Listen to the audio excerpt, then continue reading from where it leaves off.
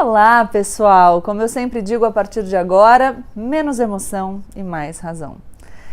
Deixa o seu like, se inscreve no canal e compartilha o vídeo com seus amigos. Gente, eu tô chegando numa fase da gravidez que eu não lembro as coisas óbvias que eu sempre falo, então vocês me desculpem, mas a gente vai resolver, assim, no caminhar do vídeo. Eu tô aqui numa ocasião que eu considero bastante especial, acho que vocês vão gostar muito. Eu prometi a vocês que eu faria um conteúdo todo destinado para o segundo turno das eleições, considerando esse momento específico, né, da história do Brasil que a gente está vivendo. E eu tenho uma convidada hoje aqui no canal para a gente discutir o segundo turno das eleições. Mas antes de apresentá-la, eu queria dizer uma coisa que eu sinto da minha audiência. Eu sei que tem muita gente que há muito tempo já está decidida. Já sabe quem vai votar e vota com convicção, está fazendo campanha, está feliz, está satisfeito com a situação que a gente está vivendo. Mas existe uma outra parcela considerável do meu público que não está. Tem uma parcela do meu público que passou pelo primeiro turno muito infeliz porque não enxergou a viabilidade de uma terceira via que estava esperando por muito tempo e que chega nesse segundo turno com uma sensação de frustração, porque vai ter que escolher entre duas candidaturas que não gosta, né? Muita gente reclamou, eu tinha vários comentários assim, Gabriela, mas eu não quero ter que escolher entre um dos dois. E muitas dessas pessoas, eu sei, fizeram uma escolha no primeiro turno, que foi a escolha pela candidatura da Simone Tebet com a Mara Gabrilli. Então eu achei que seria legal trazer para conversar comigo e com vocês, consequentemente, a senadora Simone Tebet. Bem-vinda. Obrigada, Gabriela. Um prazer poder estar aqui, conversando um pouquinho, passando um pouquinho da nossa opinião, falando desse momento histórico importante para todos nós. Minha primeira pergunta é justamente essa. A senhora, então, foi o terceiro lugar no primeiro turno. Então, foi a representante mais forte desse movimento de terceira via, que era um movimento esperado por muita gente. Teve muita gente que se frustrou com o fato de a terceira via não ter decolado. E aí, eu assisti o seu manifesto, né, que a senhora fez no dia 2 de outubro, 2 de outubro não, desculpa, dia 2 de outubro, primeiro turno, dia 5 de outubro, e você diz o seguinte, você fala que apresentou no primeiro turno a sua candidatura como uma alternativa à divisão que você vê na sociedade brasileira e que você não considera positiva. E disse, aqui eu abro aspas, eu critiquei os dois candidatos que disputarão o segundo turno e continuo a reiterar minhas críticas, não as abandono. Mas o que está em jogo é muito maior do que cada um de nós. E aí a minha primeira pergunta, senadora, é o que é isso de tão grave que está em jogo e que orientou esse seu movimento no segundo turno? Gabriela, acho que o que está em jogo é o Brasil que nós queremos, né, ou que nós conhecemos. O que está em jogo é simplesmente a democracia. E não há nada mais sagrado do que isso. Quando eu tinha 14 anos, eu pedi autorização para minha mãe, naquela época, uma menina de 14 anos tinha que pedir autorização para ir para as ruas, né, para poder lutar por direta já. E eu sei que muito do seu público, gente muito nova, que às vezes não tem a percepção do que é isso. Então nós passamos ali aí para as ruas para pedir o direito de votar para presidente da República. Depois nós vimos uma Constituição cidadã ser elaborada com todos os princípios maravilhosos que ali constam, né? O direito à liberdade, à igualdade, à propriedade, ao direito de ir e vir. Depois nós vimos com a estabilidade da economia a implantação de um por um desses direitos. Nós somos ainda uma sociedade muito injusta, é verdade, mas nós avançamos e evoluímos muito enquanto processo civilizatório. E de repente, não mais que de repente, hoje nós temos um presidente da República que flerta com o autoritarismo, que ameaça as instituições democráticas. Vamos lembrar muito rapidamente o que é democracia. Democracia é o governo do povo, pelo povo, para o povo. Quer dizer, democracia é nada mais, nada menos do que o poder que o eleitor tem de a cada 4 anos escolher quem é que vai governar o seu destino e fazer por ele realizar os seus sonhos através da boa política. Então, quando eu tenho um presidente da República que flerta com o autoritarismo, que diz que não vai aceitar resultado das urnas, que tenta militarizar a política e politizar a justiça, enfim, que fala que uma vez reeleito vai cometer uma série de barbáries que eu entendo, né, de retrocesso civilizatório, eu não tem lado para mim. Segundo turno eu fui clara, acabou o resultado das urnas, eu agradeci os quase 5 milhões de votos e disse o seguinte para o meu partido, tomem uma posição em 48 horas, porque a minha eu já tomei. Eu não tenho como não estar do lado da democracia. Então, para mim, é muito simples. Eu nunca votei em Lula. Eu tenho críticas ao governo do PT. Só que eu vejo no Lula um democrata que cumpre a Constituição e vejo no presidente Bolsonaro alguém que, uma vez novamente reeleito, vai não só poderia estar tentando um terceiro mandato, quanto aprovando projetos que, para mim, são pautas que não vem ao caso aqui a gente discutir, mas são pautas que representam verdadeiros retrocessos. Citaria um ou dois. Por exemplo, armar as pessoas como uma solução para o problema da violência no Brasil, o desrespeito às minorias, né, toda sorte de discriminação que hoje, eu diria que provoca uma verdadeira devastação no Brasil que a gente conhece enquanto uma nação que tem na sua maior riqueza a diversidade. Eu achei muito bom, eu vou te chamar de você, por favor, eu vou alternando, porque às vezes eu falo senhora, às vezes eu falo você. Mas eu achei muito bom que você tenha falado sobre o pessoal mais jovem, às vezes, não saber o risco que a gente corre e quão frágil é a nossa democracia. E eu tenho uma história pessoal, que o meu pai nasceu em 1953. Com 11 anos, ele viveu o golpe militar de 64. E ele só pôde escolher votar para um presidente da República com a idade que eu tenho hoje, 36 anos. Só que 3 anos depois, com 39, meu pai morreu. Então, uma vida toda para votar uma vez. Essa é a fragilidade. Esse é o risco. Então, a minha próxima pergunta e eu vou citar outras 2 frases que me marcaram no seu manifesto, você diz: meu apoio não será por adesão, o que conversa com eu mantenho as minhas críticas e as manterei, e não se luta apenas para vencer, mas também para plantar sementes. E o que eu vejo aí é uma fala de futuro. Então, não é que o seu posicionamento de agora passa para essas pessoas que queriam uma alternativa uma mensagem de desistência. Pelo contrário, é uma mensagem de construção. Mas é uma mensagem de construção que comunica também que é só num ambiente democrático que a gente pode construir. Porque se a gente perder a democracia, isso significa que pelos próximos não sei quantos anos, a gente vai ficar preso numa realidade que não nos satisfaz, sem a possibilidade de construir algo diferente, né? É um pouco isso, mas eu volto um pouquinho no tempo que tem a ver com a minha história e talvez uma mensagem positiva que eu possa deixar para quem está nos assistindo, né? Não é porque as coisas são difíceis que a gente não tem que lutar, né? As batalhas existem e as dificuldades existem para serem superadas. Eu vou rapidamente aqui contar 2 episódios que eu não sei se as pessoas sabem, mas as vezes que eu mais ganhei na minha vida foi quando eu perdi. Eu perdi 3 vezes, especificamente. Quando eu estava no Senado, vieram me procurar e disseram o seguinte, há 4 anos atrás: Simone, você tem que ser candidata à presidência do Senado. Porque, na época, no meu partido tinha Renan Calheiros, eles falavam: o Renan não ganha com essa nova vinda de senadores, 2/3 do Senado foram renovados. Falei, tudo bem, vamos enfrentar dentro da bancada do meu partido. E eu perdi por 1 voto dentro da bancada, então eu não pude sair candidata. Mas o fato de ter tido coragem de, como mulher, enfrentar todos os desafios, e não foi uma situação fácil ali, me projetou e me deu uma certa liderança perante os novos senadores que estavam vindo. Então eu pude, através daquele ato de coragem, enfrentando toda sorte de adversidade, começar a plantar a minha semente de projetos que eu acredito. Eu acho que na vida é isso, a gente luta para ganhar, sim. Só que tão importante quanto a chegada, já dizia Guimarães Rosa, é o caminhar, né? A gente planta boas sementes para uma colheita coletiva. Ela não pode não ser minha em 2026, provavelmente não será, mas será uma colheita coletiva de um nome que pode surgir, que represente esse centro democrático, que significa moderação, equilíbrio, sensatez, paz, união, que é tudo que o Brasil precisa para voltar a crescer, gerar emprego, renda, colocar comida mais barata na mesa do povo brasileiro, garantir saúde, educação de qualidade, etc, etc. O segundo momento, Gabriela, aí havia um tal do orçamento secreto, que uma hora a gente pode conversar sobre isso.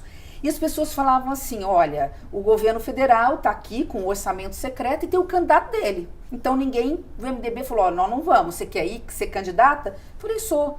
E eu fui com isso a primeira mulher candidata a presidência do Senado em 198 anos de história. Me ofereceram também o orçamento secreto, 3 dígitos para, olha, você está encarecendo a eleição, deixa para lá, a gente te dá emendas parlamentares lá para o seu estado, para o seu município, para você ganhar a eleição. Falei, não, eu sei que eu vou perder, mas eu vou mostrar que tem gente honesta, competente, eu vou mostrar pelo número de votos que eu vou ter. E realmente, eu fui para o embate, sabendo que ia perder, mas muitos vieram conosco mostrando que tem gente boa, competente e tudo mais. A partir daí, olha que coisa interessante, né? Tem tudo a ver com a CPI da Covid. O Rodrigo Pacheco teve que criar a liderança da bancada feminina para ganhar voto de mulheres, porque muitas mulheres foram com ele por honestidade, não tinha nada contrário. E ele criou a liderança da bancada feminina. A bancada feminina se reuniu e falou assim, não, você, Simone, tem que ser a presidente. Eu virei presidente e com isso a gente fez toda a diferença na CPI, porque eu não sei se você lembra, a CPI só tinha homens. Eu falei, aí eu entrei, criamos aquela situação toda e foi pela boca de uma mulher, portanto, que estava ali no meu caso, que a gente descobriu 2 casos de esquema de corrupção. Então, assim, o que eu quero dizer é isso, quer dizer, eu perdi de um lado, mas de alguma forma o Brasil ganhou de outro, quando as mulheres entraram na CPI fizeram toda a diferença. E agora? Eu acho que agora eu sabia que era um projeto muito mais político que eleitoral, trabalhei para ganhar a eleição, óbvio, sabia da dificuldade de furar essa bolha, mas eu falei, eu preciso plantar a semente, de mostrar que lugar de mulher é onde ela quiser, que a mulher precisa ser respeitada, que a mulher, na política, nesse momento, ela pode fazer a diferença com esse equilíbrio, com essa moderação, apresentar propostas. E é tão bonito, foi tão bonito, porque assim, o que eu vi da mulher se sentindo representada, sabe, não tem preço, carinho, as lágrimas de alegria, o querer tirar foto, você me representa, eu tenho mais coragem agora, e é isso. E por fim, eu acho que de tudo que eu estou dizendo, quando eu apresentei, falei que iria apoiar o presidente Lula, que não seria um projeto de adesão, mas seria por apresentar propostas, eu apresentei para ele 5 propostas. Eu ia perguntar isso agora. Então fica à vontade. Não, pode contar, porque exatamente, eu sei que, e aí talvez o público não saiba, então esse movimento já existiu. A senadora Simone Tebet, quando decide apoiar, chega na chapa que eu acho importante dizer para as pessoas também que é Lula-Alckmin, né? Porque a gente tem o Geraldo Alckmin trazendo aí um equilíbrio interessante para essa chapa, porque eu acho que tem muita gente que talvez não votasse no Lula sozinho, mas que vota na figura do Geraldo Alckmin, um político de direita, um político tradicional, um democrata. E aí a senhora vai lá e apresenta. E como foi essa conversa? Então, eu cheguei assim, isso é a primeira mão, eu não contei para ninguém. Eu cheguei, tivemos uma conversa muito longa e eu falei, olha, presidente Lula, eu quero dizer o seguinte, eu fiz de madrugada o manifesto, um dia antes, eu falei, olha, e eu ia dar essa coletiva no período da tarde, foi na hora do almoço, eu falei, o meu manifesto está pronto. Independente da conversa que nós temos ter aqui, eu vou declarar o meu voto, o meu apoio e vou dizer a razão. Agora, o meu comprometimento com a sua campanha, com o seu projeto, vai depender do quanto o senhor está disposto a incorporar projetos que são muito caros para as mulheres brasileiras e para mim. Se o senhor quiser o meu envolvimento, se o senhor quiser que eu possa estar ali falando com as pessoas que votaram em mim, porque eu não sou dona de nenhum voto dos 5 milhões, agradeço do mais fundo do meu coração por eles, mas eu sou dona do meu voto, do único voto.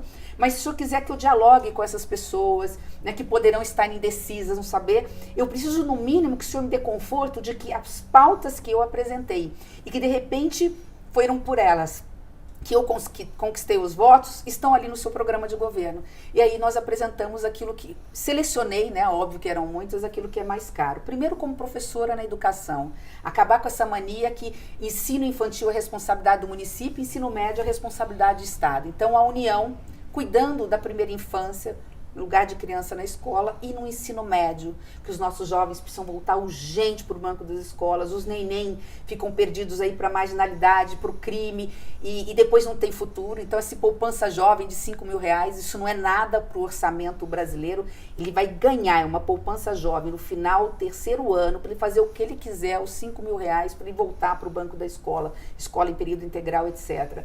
O segundo projeto na saúde, que ele já até falou ontem no programa eleitoral, que é zerar a fila de exames, cirurgias e consultas atrasadas na pandemia, porque isso está matando. Papa Nicolau, mamografia, exame de próstata, tudo atrasado. Isso tem um custo pequeno de 6 bi você mais ou menos isso, em 2 anos você zera a fila.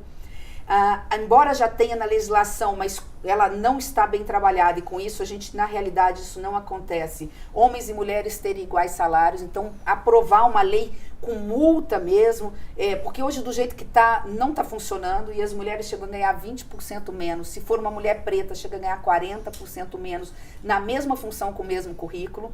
Né? Para uma grávida, essa é uma fala muito importante, porque a gente vai perceber que a desigualdade salarial atinge principalmente as mães, né, as mulheres negras, a base da nossa pirâmide social, e sensivelmente as mães, porque é sobre a mulher que recai todo o dever de cuidado. Então, e, aliás, minha filha está aqui assim já, oba. Aliás, tem candidato que quis justificar por que recebe menos. Porque a mulher engravida. Né? Olha o absurdo. Tem um vídeo aqui no meu Instagram. Olha o absurdo. Quer dizer, então vamos ter filhos, vamos cuidar dos filhos do Brasil, do mundo, e a humanidade ainda vamos vai falar acabar. Que a gente se preocupa com as crianças. Ainda tem isso. Né? E por fim, assim, já indo para o quinto, que o ministério fosse um ministério mais plural, com homens, mulheres, negros, pessoas com deficiência, que é a cara do povo brasileiro, com competência e ética, claro. E o presidente na hora falou, tudo isso é factível, tudo isso é possível, eu posso assumir o compromisso público. Eu falei, então você o senhor, né, não só tem o meu voto, o meu apoio, mas eu vou para a sua campanha. Repito, falei isso para ele, eu não retiro as críticas que fiz, eu nunca votei no PT, a minha visão política e econômica é divergente, mas, que é o que você falou, hoje o que nos une é infinitamente maior do que aquilo que nos separa. A defesa da democracia, dos valores democráticos, né, de uma política, de um Brasil generoso. Eu acho que é isso que está faltando.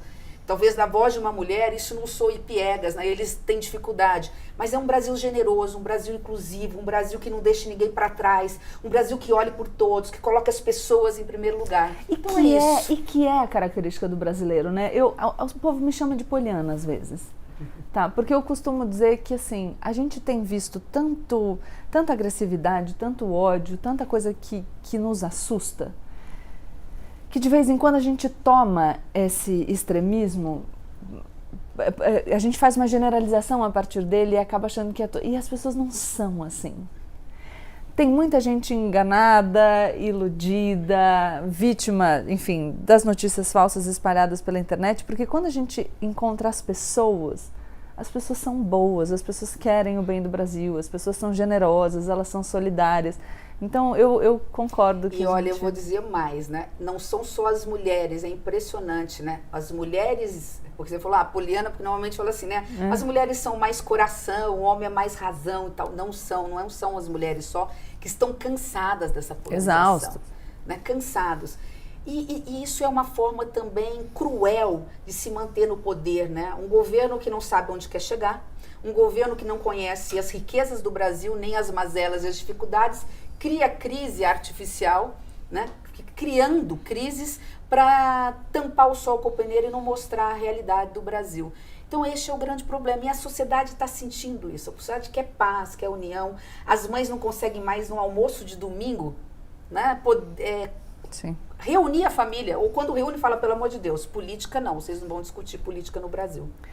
Duas coisas bem importantes da sua fala que eu quero destacar aqui para a gente falar um pouquinho do orçamento secreto, porque eu acho que esse é um assunto importantíssimo que a gente pode tentar explicar bem fácil, porque muita gente me fala, o que é isso que eu ainda não entendi? Aí temos 2 professoras de direito aqui, vamos ver se a gente consegue. Mas você diz, primeiro, quando foi falar da sua proposta para a saúde, que é a atualização desses exames que ficaram parados durante a pandemia, você fala 6 bi é pouquinho, é um pedacinho pequeno do orçamento. Então, eu queria que a gente falasse um pouco do tamanho do orçamento público para as pessoas entenderem a magnitude do orçamento de um país como o Brasil, que é um país gigantesco de dimensões continentais. Porque, para mim e para vocês, imagino, quando a gente fala 6 bilhões de reais, a gente fala, uau, mas é dinheiro pra caramba. Porque às vezes a gente não tem a magnitude do orçamento. Depois, você fala uma coisa que é o governo Bolsonaro, que é um governo que cria crises artificiais para esconder essa falta de perspectiva, a falta de projeto, a falta de ação. E aí, eu tenho uma visão, que é a que eu converso aqui com o meu público, que é de dizer o seguinte, essas crises artificiais, elas têm tudo a ver com o orçamento secreto. Porque o governo Bolsonaro, ele começa E começa com um presidente errático que vai criando inimizades e problemas por todo lugar que passa, e ele começa a ficar na cadeira da presidência numa posição de muita fragilidade. Então, vocês devem se lembrar quando a gente aqui no canal falava o tempo todo sobre prática de crime de responsabilidade, sobre a possibilidade de um impeachment, e aí esse presidente se vê encurralado e tendo que negociar alguma coisa para que os processos de impeachment não avancem. E aí o orçamento secreto, que a Transparência Internacional chamou agora de o maior processo de institucionalização da corrupção de que se tem registro no país, essa palavrinha institucionalização fala exatamente disso. Porque o presidente, numa articulação com o Congresso, tem o poder de institucionalizar, de formalizar, de legalizar uma prática de destinação de dinheiro público que não atende ao interesse público. Porque esse mundaréu de dinheiro, que é o orçamento, ele não é do Estado. Ele era nosso, os contribuintes pagam, quando pagam os tributos, e isso vai para a mão dos nossos representantes para que eles, a partir dos nossos interesses, deem destinação para esse recurso, né? E por que tem que ser transparente, não secreto? Para que a gente possa controlar. Então, se o dinheiro é do contribuinte e se vocês, nossos representantes, no Congresso ou no Executivo, agem em nome dos nossos interesses, eu tenho que poder ver de onde o dinheiro sai e para onde ele vai para poder dizer, tá, acho que foi bem gasto, ou não, acho que foi mal gasto. Então, o que tem acontecido com o dinheiro público? Por que o ser secreto é um problema? E por que isso tem impacto, por exemplo, na chance de reeleição? Porque você mesmo me disseram, não, a gente te oferece aqui um dinheiro de emenda e isso com certeza garante a sua reeleição, porque com esse dinheiro você vai poder fazer umas inaugurações ali no seu estado e isso pode te ajudar na reeleição. Aliás, tem uma matéria na Piauí, inclusive, revista Piauí, se vocês quiserem ver, mostrando o impacto do dinheiro de emendas vindo do orçamento secreto na reeleição de alguns deputados nessa última eleição. Se alguém quiser ler, depois eu vou colocar o link aqui embaixo. Bom, vamos lá, Gabriela. Eu vou tentar de forma muito rápida e muito leiga, muito simples, tentar, assim, colocar em ordem tudo que você apresentou aqui. Um governo que sabe onde quer chegar e um governo honesto, ele não fica refém do Congresso Nacional. Eu comecei a minha vida como deputada estadual e estou terminando como senadora. Isso já tem 20 anos de mandatos consecutivos, fora o tempo que eu faço política desde a época do meu pai, com 14, 15 anos de idade. E, além de tudo, trabalhei 6 anos na Assembleia Legislativa. Então, se eu contar isso, são 26 anos onde eu conheço bem como é que funcionam as casas do Congresso Nacional. Só tem uma coisa que o político tem medo: da força popular de um presidente da República. E um presidente da República que cuida bem da economia e é correto e ético, ele tem a força popular. Quer dizer, o povo lhe dá a legitimidade para ele enfrentar os desafios e dizer: eu não aceito corrupção, não adianta tentar me chantagear, isso eu não vou fazer. Quando o presidente é pego de alguma forma em alguma denúncia ou várias denúncias de corrupção, ele fica frágil e fica refém do Congresso Nacional. Nós já vimos isso, eu não preciso aqui contar, independente de partido, porque eu sou a principal crítica do meu partido.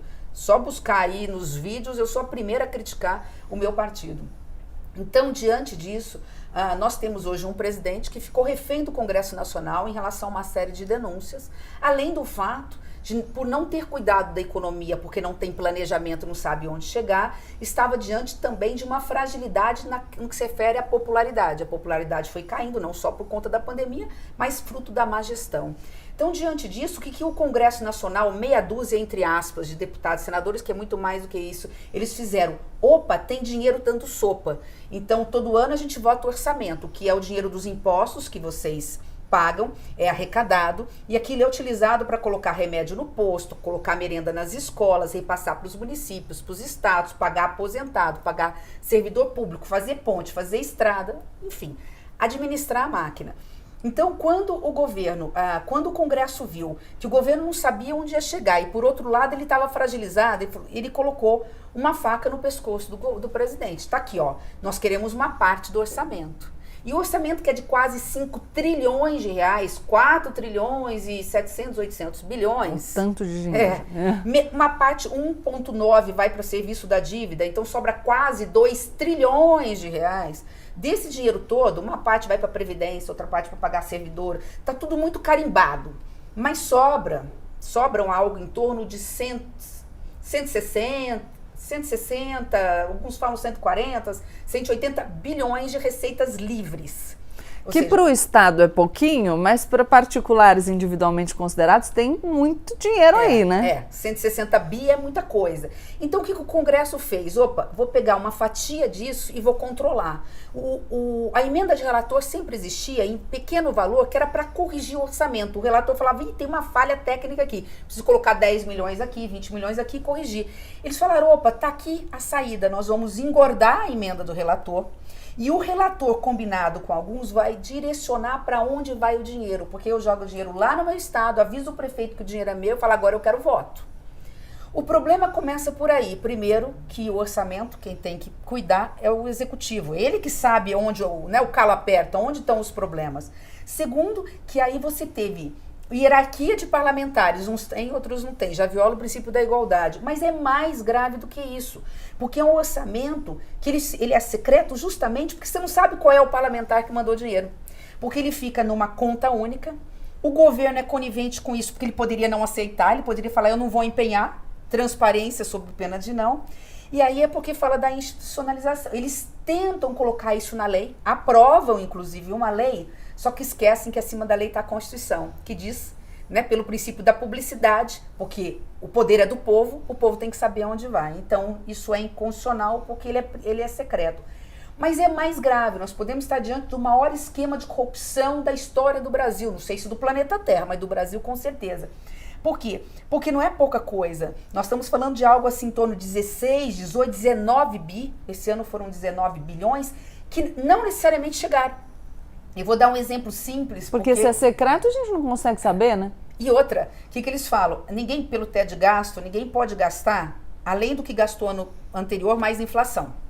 Então, o que os prefeitos fazem no final do ano, ou governadores? Eles emitem uma nota dizendo, eu gastei X. Eles colocam gastou X na saúde. Porque aí no ano que vem ele pode receber mais dinheiro do orçamento secreto. Esse dinheiro vai para os municípios, normalmente os menores municípios onde não tem televisão, onde não tem, para ninguém ver.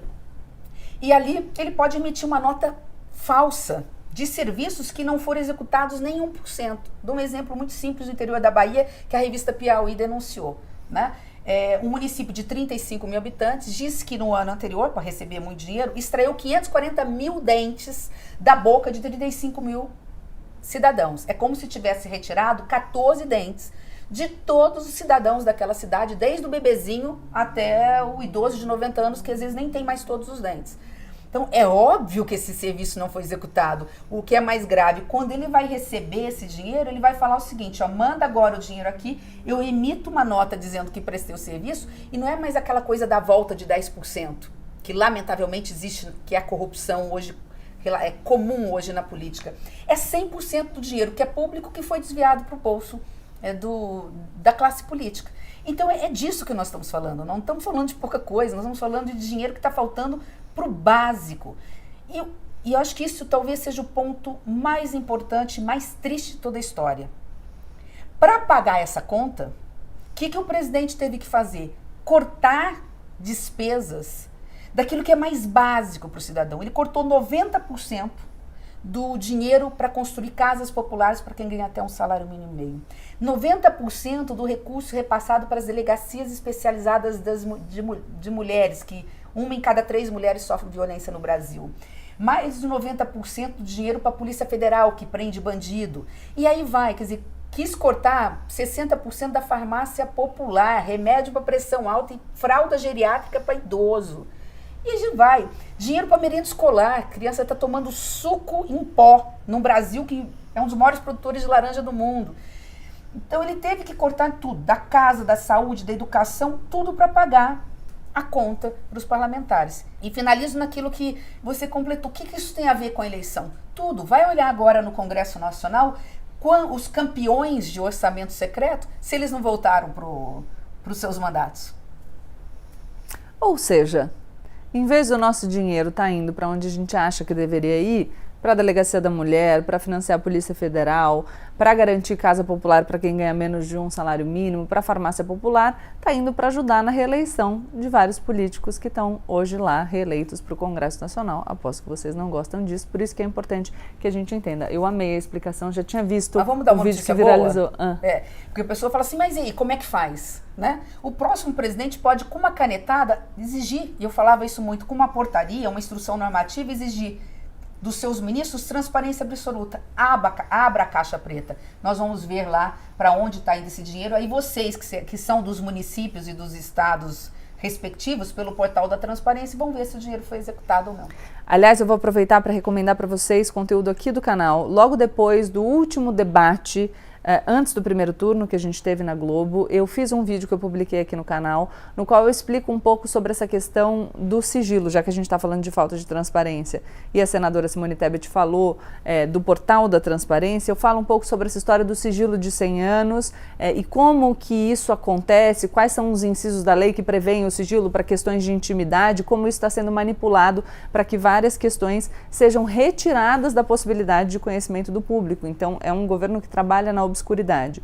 E depois desse vídeo aqui, tem um vídeo já gravado que vai ser publicado na quinta-feira, a gente está publicando esse vídeo na terça-feira, que fala um pouco sobre a fragilização de instituições como a Polícia Federal e o Ministério Público, que, sofrendo interferência, perdem a capacidade de garantir, também nessa seara da prevenção e do combate ao crime, o que a gente precisa para prevenir e combater crime, que é a transparência, que é a investigação, que é a liberdade para essas instituições trabalharem. Então, vou deixar também o link aqui, porque aí vocês podem acessar e a gente não precisa ficar explicando tudo de novo no vídeo aqui.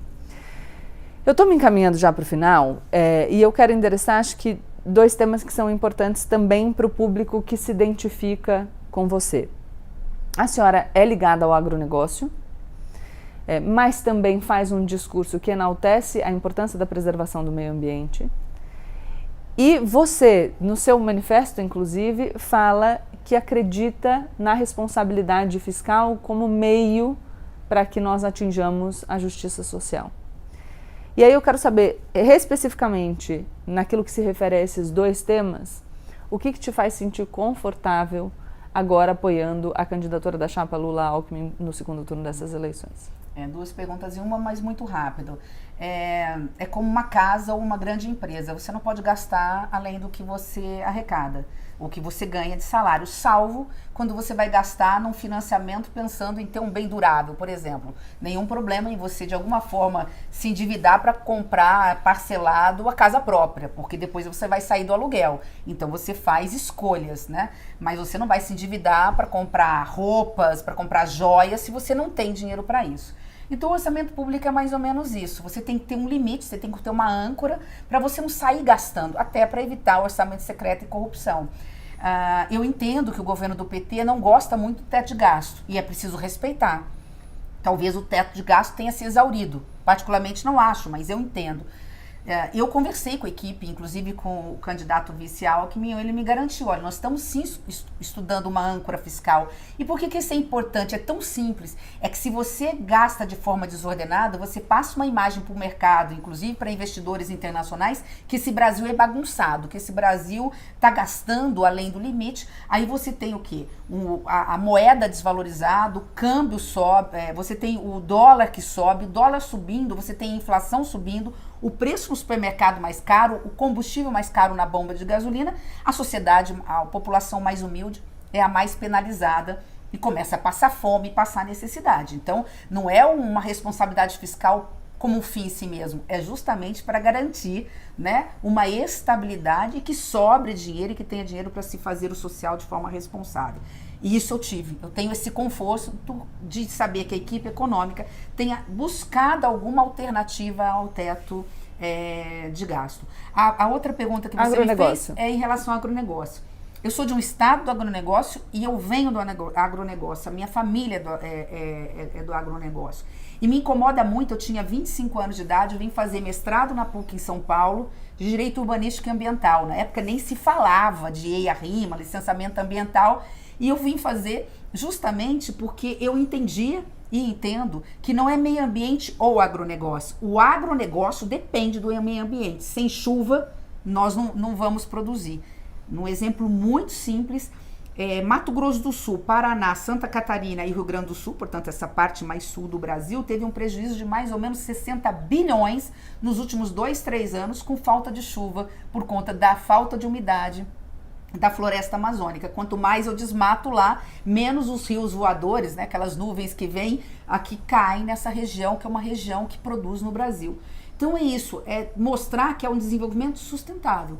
Primeiro, nós cuidamos do meio ambiente. Meio ambiente não é só vida. Meio ambiente está diretamente ligado à questão ambiental. Por isso, eu sou contra invasões de áreas públicas, eu sou contra desmatamento ilegal, seja na Amazônia, seja no Pantanal. E acho que hoje você tem tecnologia de ponta, como é o caso da Embrapa, com estudos, sementes e tudo mais, para você produzir muito mais no mesmo espaço de terra.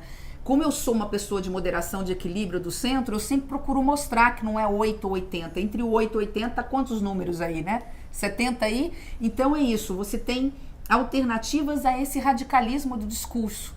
As pessoas falam, você é de direita, você é de esquerda. Eu falo, eu não tenho ideologia, eu tenho idealismo. São coisas distintas. Ora, eu penso como a direita, tem coisas na pauta de costumes que eu penso como a esquerda.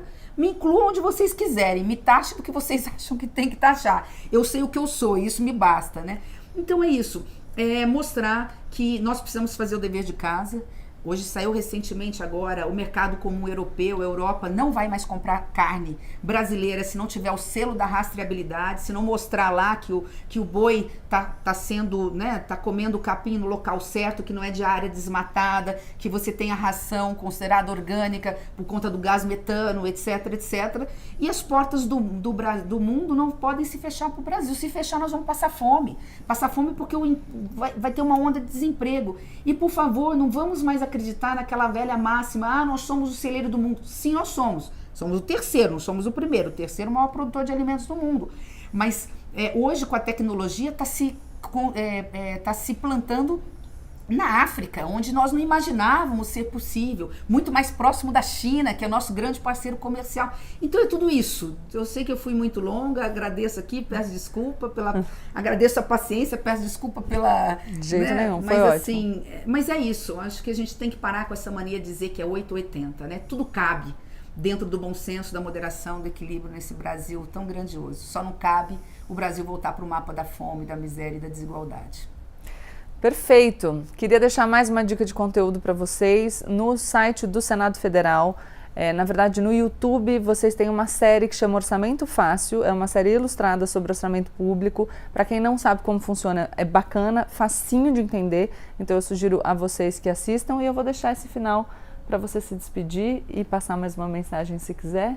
Obrigada pela conversa, gostei muito. Obrigada. E é isso, né? Vamos esperar o dia 30. Mas é isso. Não, eu já falei bastante, incomodei demais, né? Mas só quero dizer para vocês que este é um dos momentos mais importantes da nossa história.